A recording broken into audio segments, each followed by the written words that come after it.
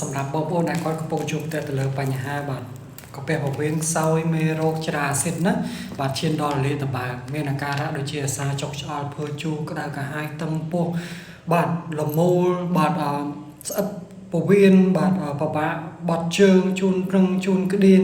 ពី3ថ្ងៃបត់ជើងម្ដងពិបាកសម្រានងើបព្រឹកឡើងអស់កម្លាំងលហិតលហើយឈឺបោះដៃផុតរយកញ្ចឹងកស្រាញ់ដៃស្រាញ់ជើងតឹងពោះឆ្អិតឆ្អល់ជាប្រចាំណាបាទមានបញ្ហាបាទការកើនឡើងទៅលើមេរោគអាក្រក់ដែលខាំគ្នាកាពះពោះវៀនធ្វើឲ្យមានបញ្ហាបាទរលា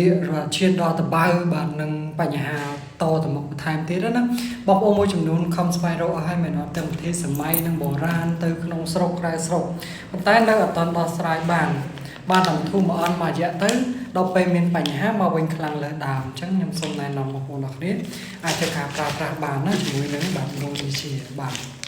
នេះចឹងបងប្អូនដែលគាត់មានបញ្ហាកាពះពោះវៀនបាទដូចដែលខ្ញុំបានរៀបរាប់ខាងលើខ្សោយមេរោគច្រាអាស៊ីតឈានដល់លាតត្បាតណាបាទហើយនេះគឺជាវិធីនៃការប្រើប្រាស់អញ្ចឹង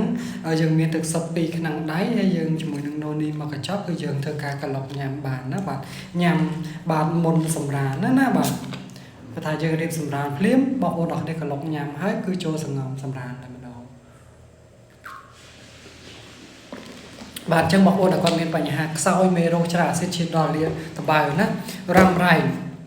បាទ5ឆ្នាំ10ឆ្នាំ20ឆ្នាំបាទអញ្ចឹងគាត់ខំស្វែងរកអស់មែនអត់បាទអញ្ចឹងខ្ញុំសូមណែនាំបងប្អូនអរគ្នាអាចរើបានជាមួយនឹងណូនេះជាហើយក៏យើងមានជាមួយនឹងប្រូបាអូទិកបងប្អូនដែលគាត់បាត់បង់ទៅលើប្រូបាអូទិកគាត់អាចធ្វើការប្រើប្រាស់ជាឈុតបែបនេះបានហើយអ្នកដែលគាត់មានបញ្ហាបាទរ៉ាំរ៉ៃគាត់អាចប្រើប្រាស់ជាឈុតបែបនេះបានអញ្ចឹងបងប្អូនទាំងអស់គ្នាចង់ដឹងពីបាទអត្ថប្រយោជន៍បន្ថែមបាទនឹងដំណោះស្រាយអាចធ្វើការខលនិងប្រឹក្សាមុននឹងជាទៅដល់ការកម្មបាទអរគុណច្រើន